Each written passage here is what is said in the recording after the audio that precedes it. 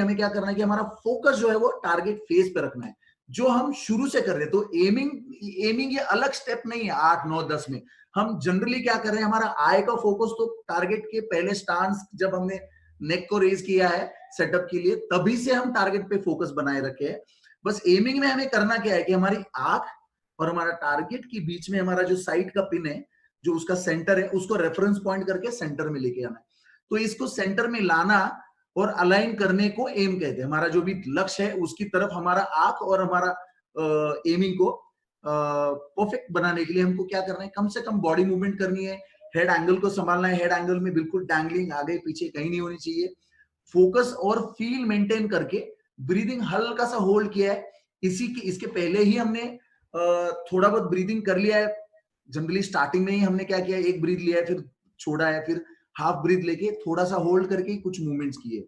इसमें क्या करना है, थोड़ी सी गलती ऐसी होती है कि लोग जो है वो एम को अपने एक जगह टिकाने की कोशिश करते हैं। जनरली बहुत लोग बोलते हैं कि टिका के रखो, बट ये टिकाना प्रैक्टिकली बहुत मुश्किल है, और ये जैसे जैसे डिले होते जाएगा वो और मुश्किल जाएगा। तो इसको हमें क्या करना है, कम से कम टाइम में हमारा शॉट निकालने का आर्चर को सिखाना है। 2 सेकंड 3 सेकंड 4 सेकंड, जितना हम जल्दी क्लियर करें दैट इज बेटर। तो एमिंग को हमें क्या करना है, बिल्कुल हल्के से लेना है। इसमें क्या करना है, दो टाइप होते हैं, एक सॉफ्ट आई और हार्ड आई जो होता है, जिसके बारे में एडवांस लेवल पे लोग सिखाएंगे। हमें क्या करना है, बस एक टेंटेटिव एम करना है। बहुत ज्यादा शुरू में नए आर्चर्स को एकदम एक्यूरेट एमिंग का बिल्कुल जरूरत नहीं है, अप्रोक्सीमेट एमिंग, और हमारा सारा फोकस जो हमारी फीलिंग और शॉट पे होना चाहिए, शॉट प्रोसेस पे होना चाहिए। Next slide please.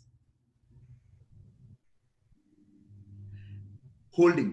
अब मैंने काफी सारी चीजें एमिंग के बारे में बोली, तो एमिंग और holding is basically an expanding, ये सारी एक साथ ही इंटरवोवन इंटरलिंक्ड चीजें हैं। इसमें परफेक्ट अलाइनमेंट होती है, और ये basically holding is not only physical, it is a mental aspect as well. Mental aspect में क्या करना है कि इसके बाद तुरंत कुछ पलों में हमारा आरो हम शूट करने वाले हैं, तो हमें हमारी जो इंटेंसिटी है, जो हमारी मूवमेंट्स है, हमारे थॉट्स है, या जो भी इंटेंसिटी है, उसको रिलैक्स करना है, काम डाउन होना है, और बिल्कुल हमारा एम बनाए रखना है। हमारा जो बैरल ऑफ गन है, जो मैंने बोला था आपको कि अपने शोल्डर, दोनों शोल्डर और बो हैंड का जो तीनों लाइनअप है, उनको तीनों लाइनअप रखने के और प्रेशर ग्रिप पे पॉइंट पे बना के पार्शियल एक्सेलरेशन तो चलता रहेगा, natural breathing will be going on, and expansion की पोजीशन में जाना है, ताकि मूवमेंट जो है बैक का बॉडी में फिक्स बना रहेगा एंड इनर मूवमेंट होगा। होल्डिंग और एंकर में हमें बिल्कुल एक चीज ध्यान रखनी कि ये जो फिंगर्स है, एंकरिंग फिंगर, इनको मूव करना नहीं है। हमारा ग्रिप और कहीं से भी मूव करना नहीं है। हमें जो है ये मूवमेंट हमारे एंगल को इनर एक्सपांशन से नेचुरली एफर्टलेस तरीके से करना है। एफर्ट लेके हम करेंगे तो उसका नतीजा कुछ और होगा। Next slide please. Release. Friends, बो हैंड जो है, बो हैंड और रिलीजिंग हैंड, इन दो चीजों में रिलीज बना होता है। रिलीजिंग हैंड एंकर के नीचे है बिल्कुल। अब इसे क्या करना है कि नेक को चिपका के, बिल्कुल सटा के, जो बोलते हैं आर्चर्स, मैंने कई बार सुना है कि चिपका के बिल्कुल उसको पीछे की तरफ एल्बो लेके जाएगा, लेकिन उंगलियों को ओपन नहीं करना है। ओपन हम करेंगे तो यहाँ पे ये एक्सप्लोड होगा, और वैसे ही टारगेट पे भी हमें हमारे एरोज ऐसे एक्सप्लोडेड दिखेंगे। तो ये क्या करना है, हमें ये तीनों फिंगर्स को बिल्कुल ऐसे ही रखना है। इसीलिए हमने जो एंगल बोला था हुकिंग में, वो एंगल हमें अभी इधर काम में आएगा, क्योंकि ये एंगल की वजह से हमारा एंगल का एरो लाइन भी मैच होगा, एंड इजीली एरो को निकलने को आसानी से जाएगा। तब इसमें बैलेंस बहुत जरूरी है, मेंटल बैलेंस। विजुअल चेक जो है उसको काम रखिए, और फिजिकली हम उसको बिल्कुल टारगेट पे फोकस रह के इनको करना है। And while after release our bow jumps, release की फिंगर जो है वो बिल्कुल रिलैक्स होनी चाहिए, दोनों हाथों की फिंगर्स रिलैक्स होनी चाहिए। अभी मैंने ये सारा जो है वो आपको राइट हाथ को बताया, राइट हैंड को, जिसमें एक चीज क्या है कि रिलीज का जो ये लेंथ है, लेंथ ऑफ द रिलीज है, वो एक बिल्कुल लिमिटेड होना चाहिए, बिल्कुल ऐसा खुला होना नहीं होना चाहिए। रिलीज में ये हमारा एल्बो का एंगल है, ये ओपन ही नहीं होना चाहिए, जैसा है वैसा है, क्योंकि इट इज वन पार्ट, पूरा जो है ये वन पार्ट है, राइट फ्रॉम लैटिसियस मसल।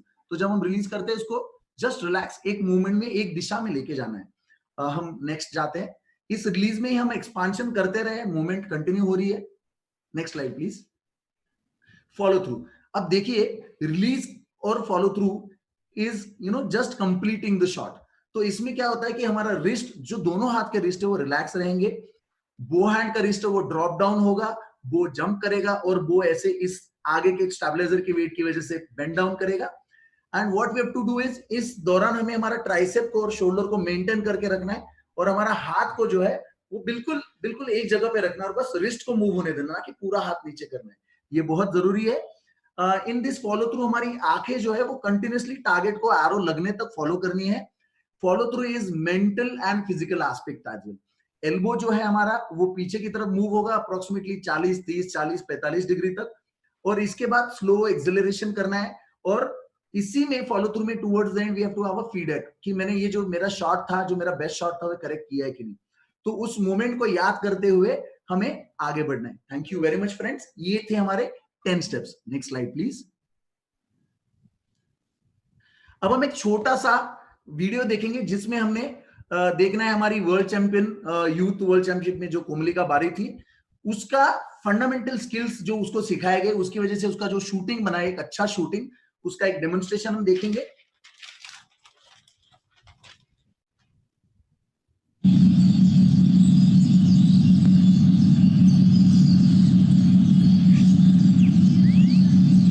देखिए उसने बहुत परफेक्ट एंकर स्टांस को ये रिलीज किया है। फॉलो थ्रू में देखिए उसका फॉलो थ्रू, हाथ गिरा है, शोल्डर बिल्कुल मेंटेन्ड है, एल्बो एंगल परफेक्ट है।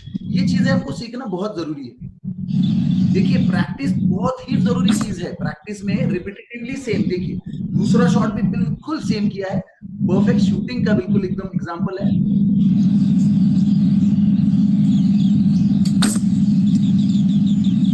देखिए आर्चरी में जो है कि टैलेंटेड होना बहुत जरूरी है, लेकिन टैलेंट इज नॉट इनफ। इसको क्या करना है कि टैलेंटेड जो आर्चर होता है उसको वर्क हार्ड करना पड़ेगा। अपने टैलेंट को सक्सेस के लेके जाने के लिए वर्क हार्ड करना बहुत जरूरी है। Next slide please. फ्रेंड्स हम अब बात करेंगे क्लास। जनरली जब हमारे पास नया आर्चर आता है, जब थोड़ा बहुत इस क्लास के बारे में थोड़ी सी इंफॉर्मेशन पूर्णिमा मैम भी आपको दी थी, जनरल असेंबली होगा। और ये देखिए ये बहुत जरूरी चीज हम बताना चाहते हैं जो हमने शुरू से शुरू किया था। हमारा जो टॉपिक था that is ABCD of archery. तो एबीसीडी मतलब क्या है कि एनीबॉडी कैन डू आर्चरी। दुनिया का कोई भी इंसान आर्चरी कर सकता है। कई एग्जांपल्स है कि पैरा में भी कुछ आर्चर्स होते हैं, पैरा आर्चर भी आर्चरी कर सकता है। तो एनीबॉडी कैन आर्चरी। हमें क्या करना है कि मास लेवल पे आर्चरी बढ़ाने के लिए हमें ये करना बहुत जरूरी है। तो कोई भी आर्चरी का हम सेशन शुरू करते हैं तो वो कैसे करते हैं, आर्चर जब आता है तो उसको कैसे इंफॉर्मेशन देते हैं, कैसा क्लास करते हैं, इसके बारे में हम थोड़ा सा जानेंगे।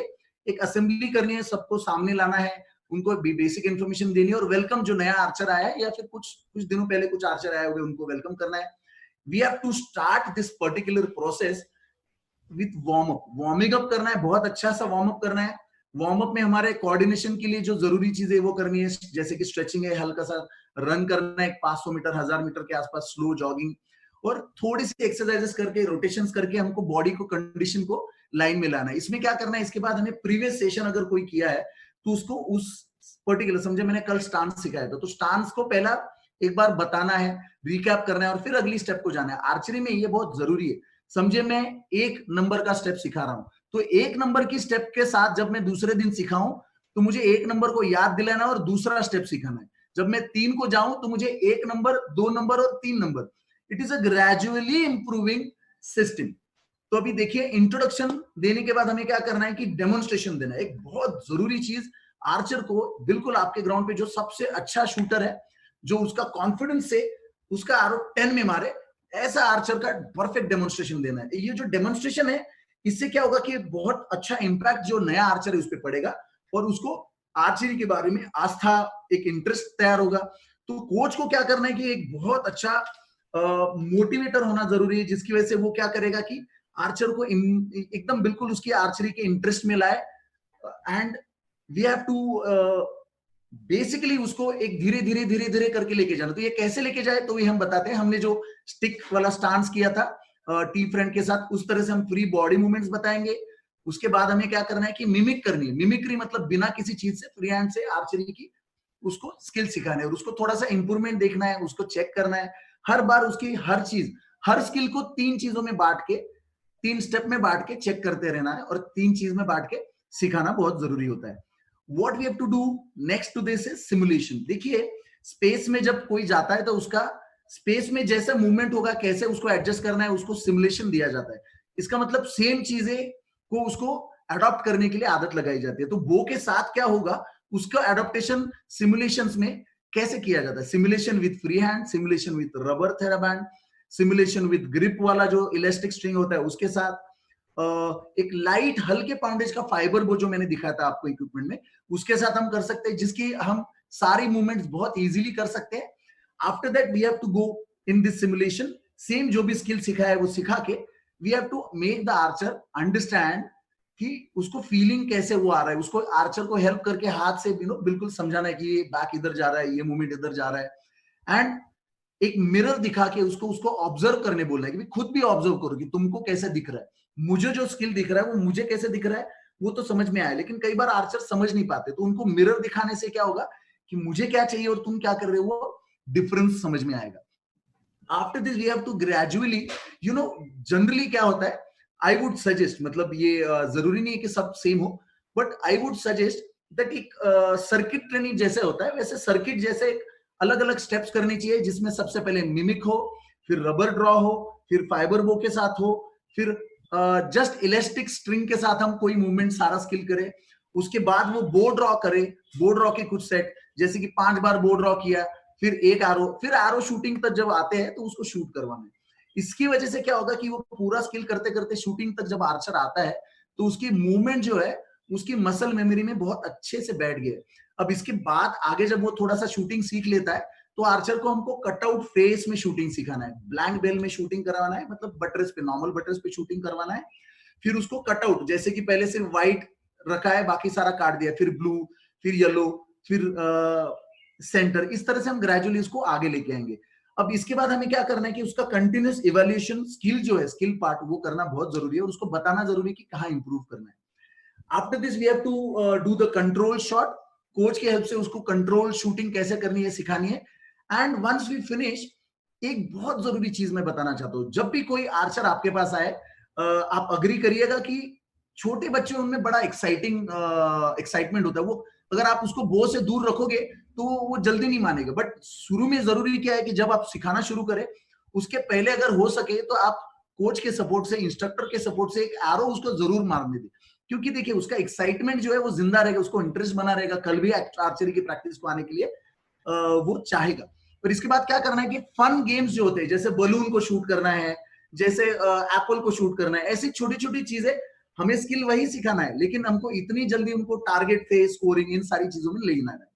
कोरिया और रेस्ट ऑफ द वर्ल्ड या यूरोप, इसमें फर्क क्या है, देखिए शुरू में लोग क्या करते हैं कि मेरा आरो कहाँ लगा, 10 में लगा, और कोरिया के लिए 10 क्या है, 10 उनका स्किल है, तो वो हमेशा बाहर हम लोग क्या बात करेंगे, जनरली बात करते कि मेरा 10 लगा, मेरा इतना स्कोर हुआ, and generally these people what they speak कि मेरा रिलीज इतना अच्छा, वो हमेशा अपने फॉर्म के बारे में बात करते, फॉर्म को रिपीटेटिवली इंप्रूव करते रहते हैं। एंड इसके बाद at the end we have to have cooling down. Cooling down बहुत जरूरी, जितना वार्म अप जरूरी उतना ही कूलिंग डाउन जरूरी है। कोच को जो ट्रेनिंग बेसिक प्रिंसिपल्स है ये पता होने जरूरी है, और इन ट्रेनिंग प्रिंसिपल्स में ये जो कूलिंग डाउन का प्रिंसिपल, लोड का प्रिंसिपल, स्पेसिफिक वेरिएशन का प्रिंसिपल, हर आर्चर अलग है, उसके हिसाब से हमको चेंज करना है, ये सारी चीजें समझनी है। इसके बाद फन गेम होने के बाद हमें क्या करना है कि इवैल्यूएशन, हमने आज क्या सीखा उसका इवैल्यूएशन इंडिविजुअल लेवल पे लेना है, विद आर्चर करना है। Next slide please. इस तरह से हमारा क्लास कंप्लीट होता है। फ्रेंड्स ये कुछ टीचिंग टूल्स है जो बहुत ही जरूरी है। हम देख सकते हैं एक येलो वाला रबर है जो हम ट्रेनिंग के लिए यूज कर सकते हैं, एक बो का मिमिक है जो प्रैक्टिस करने के लिए, एक ग्रिप, जस्ट सिंपल सा येलो पाइप है, ब्लैक पाइप है एल्बो वाला, जिसकी वजह से हमें पिवट पॉइंट के बारे में ध्यान आएगा। एक लकड़ी का हैंडल का भी ग्रिप कुछ कंपनी शायद इंडिया में बनाती है, तो that is a wonderful thing कि हमें फील बो का शुरू से ही पता चले कि कैसा है, before going on actual bow and actual shooting.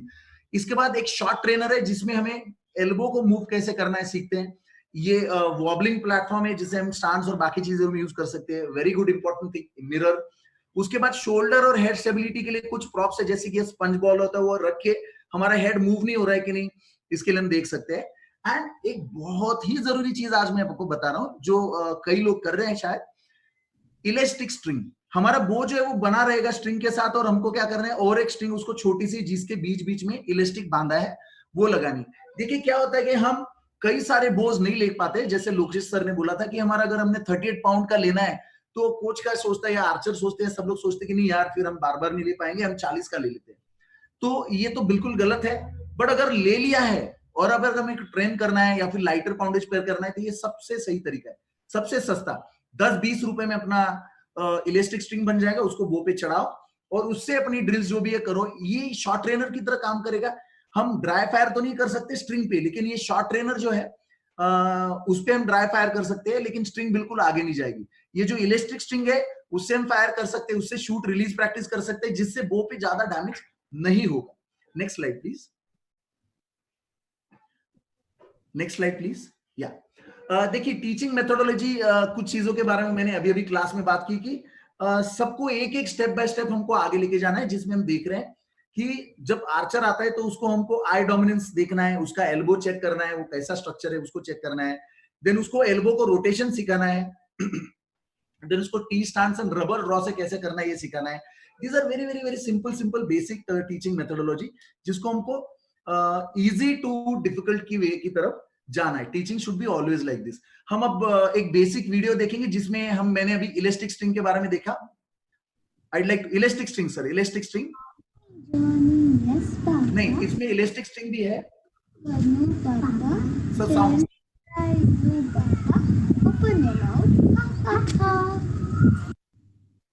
अब देखिए ये बहुत इंपॉर्टेंट चीज है कि आर्चर जो है, इसमें देखिए इलास्टिक स्ट्रिंग, जिसमें आर्चर इलास्टिक स्ट्रिंग को यूज कर रहा है, एलिवेशन बेसिक सारी स्टेप्स कंटिन्यू कर रहा है, इलास्टिक स्ट्रिंग को कंटिन्यू फॉलो कर रहा है, और ये एंकर उसका बैठ गया बहुत अपनी स्टेप्स के। Thank you sir, you can stop the video now. Release, follow through, देखिए रिलीज।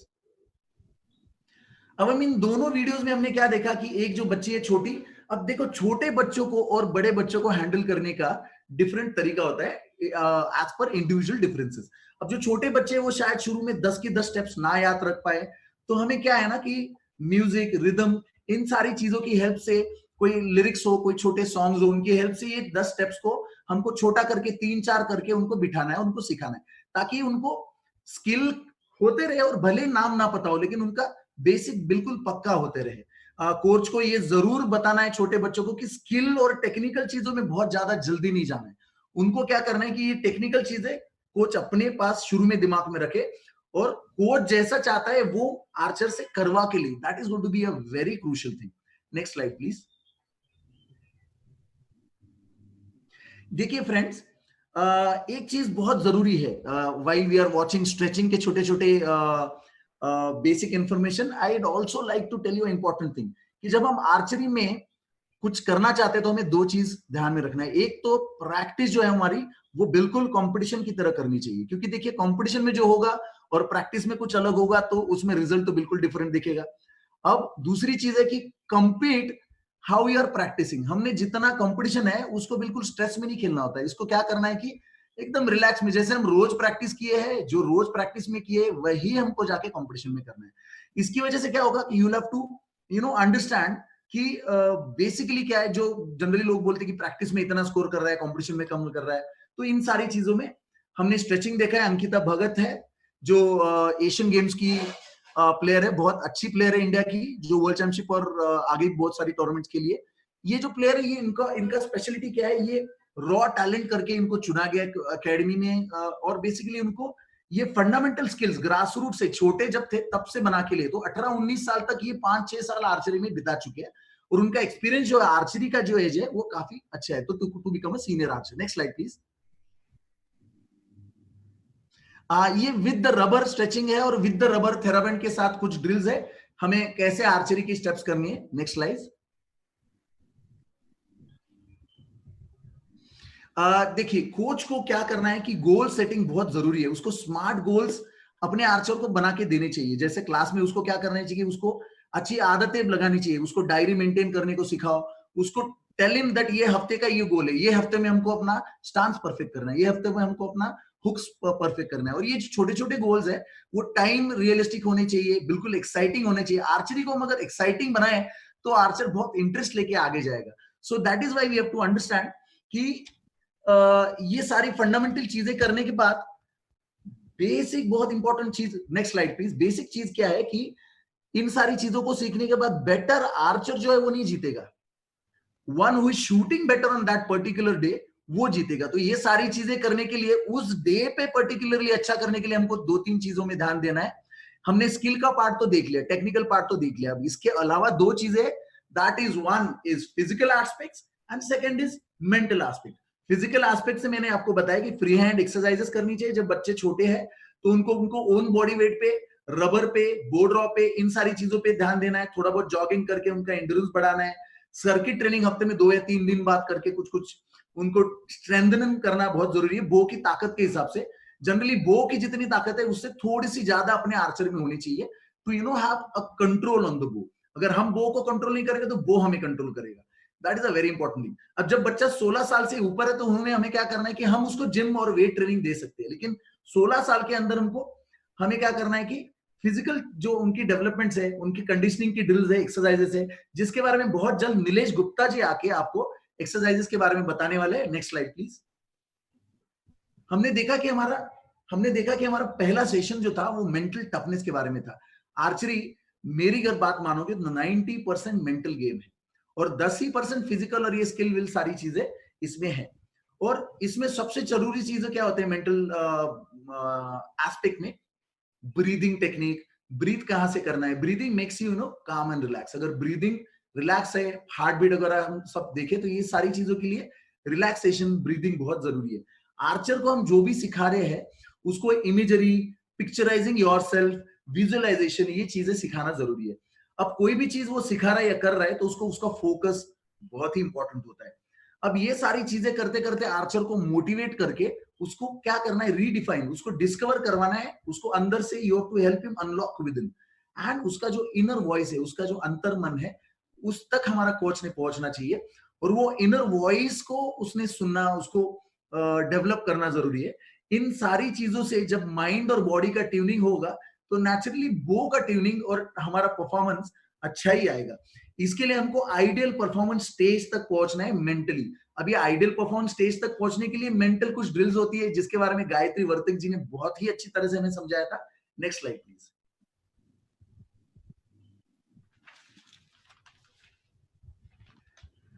देखिए, पॉजिटिव टॉक, पेप टॉक, कैसे आउटकम आना है, कैसे क्या करना है, ये सारी चीजों के बारे में जो गायत्री जी ने बताया था, बहुत बहुत इंपॉर्टेंट चीजें बताई थी। कोच को क्या है ना कि आर्चर को एक डाउट होता है कि कैन आई डू इट, क्या मैं कर पाऊंगा? तो उसको कोच की हेल्प से क्या करना है कि I can do it, yes, you have to give him a confidence. उसको इतना मोटिवेट कर दो कि वो किसी दुनिया की किसी चीज में से डरना नहीं चाहिए। और भी बहुत एक जरूरी चीज मैं बताना चाहूंगा आपको through my experience over the period, कि देखिए ऐसा है कि आर्चर को एक चैंपियन का एटीट्यूड से चलना चाहिए।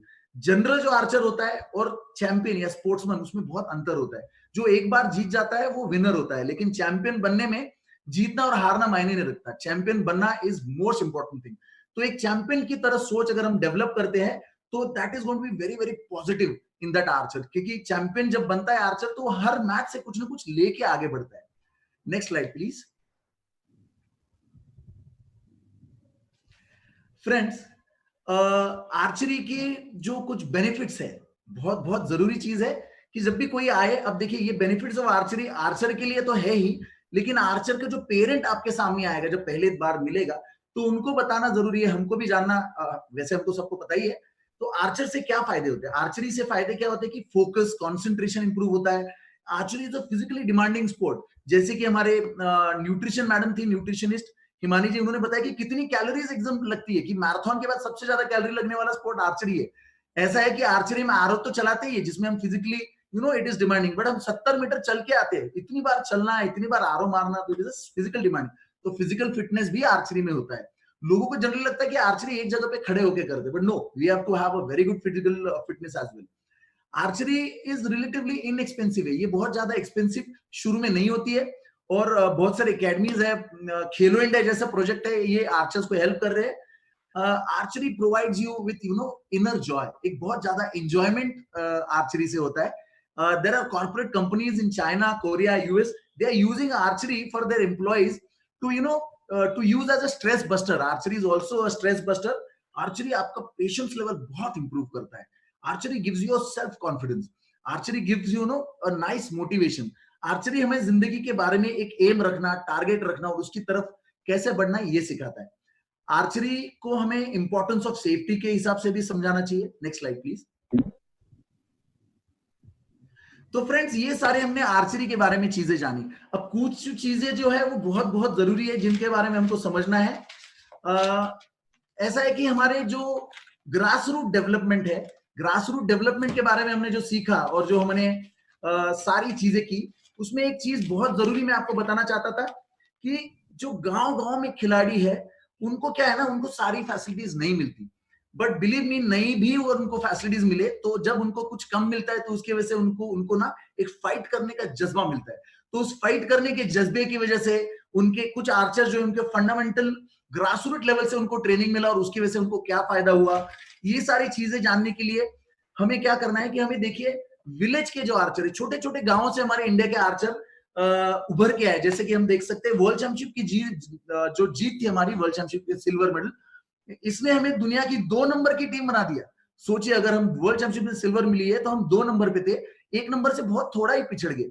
तो नो प्रॉब्लम। बट देखिए इसमें एक प्रवीण जाधव करके एक लड़का था जो बहुत छोटे से, जिस गांव का 1000 1200 1500 पॉपुलेशन है, उस गांव से उभर कर आके टैलेंट, रॉ टैलेंट को स्काउट करके महाराष्ट्र के किसी प्रबोधनी में जाके फिर आगे कुछ कोचेस से ट्रेन होके, यस कुछ दिन ये 1 1.5 साल 2 साल मेरे अंडर भी ट्रेन किया था, आगे बढ़ के आर्मी स्पोर्ट्स इंस्टीट्यूट जैसे इंस्टीट्यूट में जाके बढ़ के देखिए सिस्टमेटिक ग्रोथ से एक विलेज का लड़का आगे जाके वर्ल्ड चैंपियनशिप का मेडल ले पाया। तो हम वर्ल्ड चैंपियनशिप का जो मेडल लिया है वो आर्चर, उसका एक छोटा सा शूटिंग देखेंगे। सीधा है, चलो देखिए ये कॉन्फिडेंस लेवल देखिए, ये स्किल लेवल देखिए और ये बेहतरीन एग्जीक्यूशन और ये 10। देखिए ये कॉन्फिडेंस जो है वो क्यों आया, क्योंकि 19 साल 20 साल के लड़के में ये कॉन्फिडेंस आया क्योंकि उसने आर्चरी में 4 से साल बिताए। उसको फंडामेंटल जो है उसको उसके फंडामेंटल कोचेस ने बहुत शुरू में बहुत अच्छे से समझाया, उसकी वजह से। और जिन भी कोचेस ने इस पे एफर्ट लिया, इंडियन आर्चर ने एफर्ट लिया, आर्मी टीम ने एफर्ट लिया, उसकी वजह से देखिए हमें एक बेहतरीन आर्चर मिला है। नेक्स्ट हम देखेंगे youth Olympic, youth world championship में हमारी जो चैंपियन है कोमलिका बारी, जो एक छोटे से गांव से कस्बे से टाटा एकेडमी में पहुंची कोमलिका बारी का हम शूटिंग देखेंगे, जिसने हमारे देश को यूथ वर्ल्ड चैंपियनशिप का गोल्ड दिलवाया। अब देखिए इन सारे जो आर्चर्स हैं, इन सारे आर्चर्स में कुछ चीजें कॉमन है। ये जबरदस्त कॉन्फिडेंस और ये देखिए स्माइल। ये कॉन्फिडेंस कहां से आता है? ये कॉन्फिडेंस आर्चरी को रिपीटेटिवली बार बार वही चीज परफेक्ट दोहराने से आता है। हमने देखा हमारा एक छोटे से उमरा गांव से हरियाणा का आकाश आया जिसने हमारे यूथ ओलंपिक का मेडल दिलवाया।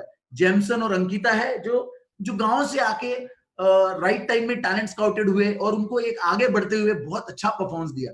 एक छोटा सा गांव परतवाड़ा है अमरावती के पास में, वहां से सुखमनी बाबरेकर जैसा हीरा निकल के आया जो बहुत अच्छा परफॉर्मेंस कर रहा है। गांव छोटा है लेकिन देखिए इनका कॉन्फिडेंस लेवल, मेहनत करके आज ये फंडामेंटल ग्रास रूट शूटिंग की वजह से ऊपर आए। हमने देखा साक्षी चितोड़े जैसे लड़की पड़वी जैसे छोटे से गांव से आके एक international level, world cup, world championship level तक पहुंच रही है, वर्ल्ड यूनिवर्सिटी तक पहुंच रही है। ईशा पवार जो सावरडा जैसा छोटा सा गांव है वहां से आके खेलो इंडिया में तीन बार कंटिन्यूसली मेडल ले रही है। अब ये सब क्यों हो रहा है? ये सब इसलिए हो रहा है क्योंकि इनके फाउंडेशन में जो कोचेस है, जिनको मैं सलाम करना चाहता हूं, जिन कोचेस ने इनको शुरू में पहली बार बो पकड़ना सिखाया, उन लोगों ने इनको बनाया। और इसके साथ मैं एक चीज बताना चाहूंगा कि Khelo India is going to be a game changer friends. Game changer इसलिए क्योंकि ये इनमें से मैक्सिमम आर्चर जो आज नए उभर के आ रहे, ये सारे खेलो इंडिया में है। अब खेलो इंडिया में इनको क्या होता है कि उनका फाइनेंशियल टेंशन हट जा रहा है, उनके इक्विपमेंट मिल रहा है, स्टाइफंड मिल रहा है, छोटी छोटी चीजें, सारे सपोर्ट्स मिल रहे हैं। उसकी वजह से साई का इनिशिएटिव देखिए कितना बढ़िया है, जिसको आर्चरी को नेक्स्ट लेवल में जाने को हेल्प हो रहा है। Next slide please. अब देखिए ये सारी जो हमने चीजें देखी सीखी, इसकी वजह से क्या होता है कि हमारा आर्चरी का लेवल जो है वो एक बहुत अच्छी लेवल पे बढ़ रहा है। अब हमें क्या करना है कि एक कुछ इंटरनेट के रेफरेंसेस है, कुछ बुक्स है जिससे आर्चरी की इंफॉर्मेशन आपको मिलती है, जैसे कि टोटल आर्चरी है, किम यूनटैक एकेडमी के कुछ बुक्स है, कुछ इंटरनेट पे आर्चरी एकेडमी है, ऐसे कुछ है जिनमें से बहुत सारी इंफॉर्मेशन आपको मिलेगी, जिसको आपको क्या करना है, कोचेस को अपडेट रहना है। अब देखिए कोविड-19 में मैं कुछ आर्चर्स को आपको सलाह देना चाहूंगा कि देखिए friends, keep yourself fit. We have to make our country fit. You have to keep yourself fit mentally and physically. Fitness करते रहिए। देखिए ये कोरोना तो चलो टेम्पररी, ये चला जाएगा और चला जाने के बाद बहुत ही शानदार हमें मौका मिलेगा, हम फ्यूचर में बहुत बढ़िया चीज करेंगे। I like to request all the coaches to keep instructing your archers, keep motivating your archers. I'd like to thank every